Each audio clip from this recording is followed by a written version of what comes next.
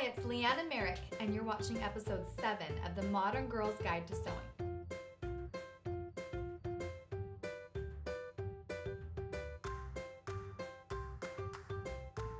And in this video, we're talking all about hemming.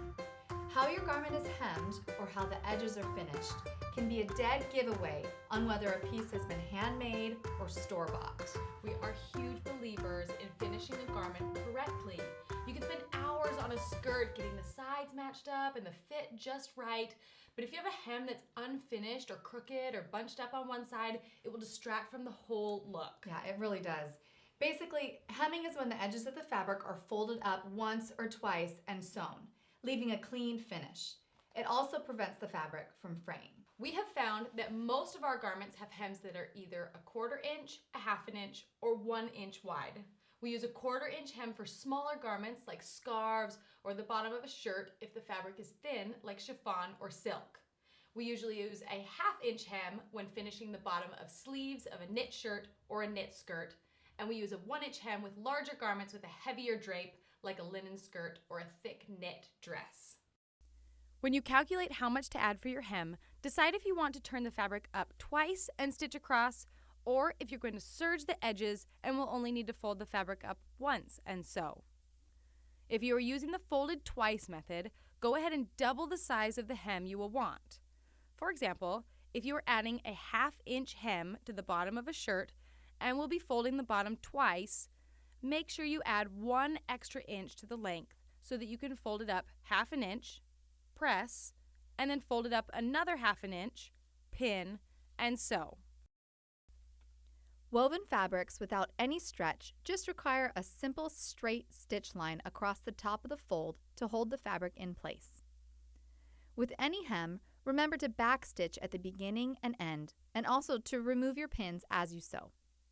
Knit fabrics can be a little trickier to hem. We're going to let you in on a tip we use when we hem knit fabric.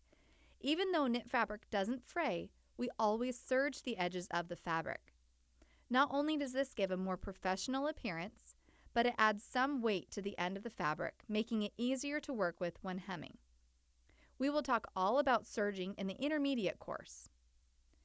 Then you take your sewing gauge and use it as a guide to measure the width as you fold your hem. As you pin, always place the pins perpendicular to your seam, with the pin heads extending over the fabric's edge. This keeps the fabric from moving around and makes the pins easier to remove as you're sewing. In our materials video, we talked about double needles and a double needle stitch that is essential for hemming knits. It's 2 parallel straight seams on the front and a zigzag stitch on the back.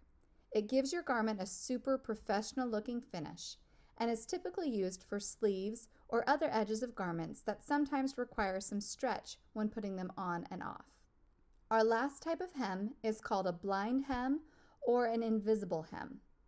We showed you how it works in episode 5, Basic Stitches, but it needs to be included in this list as well because it's an essential hemming option. The hem looks invisible because it only grabs the fabric every few stitches, which leaves a very clean look. This is our preferred method of hemming. We'll show you how to do it again. Pin your hem as normal and then lay it on your machine with the folded hem facing up. Now fold your hem under, but leave about 1/4 of an inch sticking out like this. The stitch is going to do a straight seam along this revealed edge, and then every few stitches it will do 1 zigzag stitch and catch the very edge of your fabric here.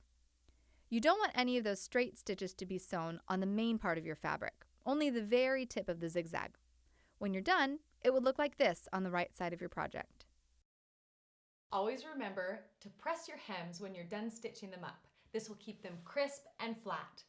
The goal is to create a piece that people think you bought at a store when really you made it yourself. Shh.